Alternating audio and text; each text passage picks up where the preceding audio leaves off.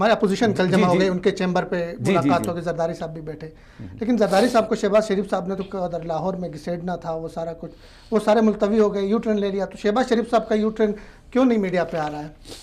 اچھا، بہت اچھی بات کی. آپ یہ بتائیں کہ ان کو اکٹھا کرنے میں کس نے کردار ادا کیا؟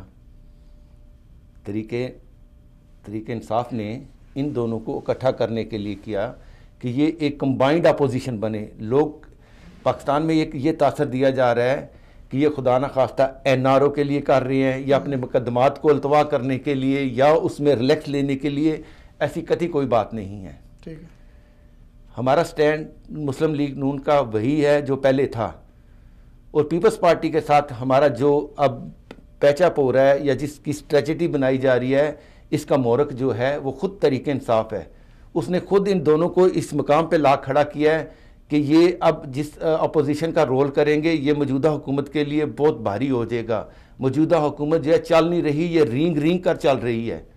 ہم یہ چاہتے تھے کہ یہ موجودہ حکومت ہے، ہماری نوجوان یوتھ نے ایک بہت انہوں نے ایک، چلو اس طرف ہم آئیں گے، اس طرف ہم آئیں گے. جی. تو آپ یہ سمجھ رہے ہیں، آپ یہ کہنا چاہ رہے ہیں کہ ان کو اکٹھا کرنے میں، ان کو جمع کرنے میں تحریک انصاف کا ابھی آپ کو ایک اور مزے کی بات بتاؤں کہ ان کا اپنا اتحادی اختر مینگل صاحب، وہ بھی ان سے نالاں ہیں.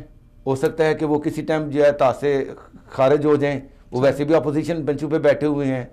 کل کا وزیر اطلاعات ہمارے محترم فواد چودھری صاحب، انہوں نے ایک ایسا بیان دے دیا، داغ دیا ہے. وہ بیان داغ دیتے ہیں، اس کو بعد میں پتہ نہیں لگتا کہ میں نے بیان کیا دیا ہے. انہوں نے کہا کہ جی کاف لیگ کے اندر ہم نے فارورڈ بلاک نہیں بنایا، یہ ہماری ہم نے ابھی تک فارورڈ لیگ. اب ظاہر ہے وہ اپنے اتحادی کو بھی یہ جو ہے نا وہ ڈیمیج کر رہے ہیں.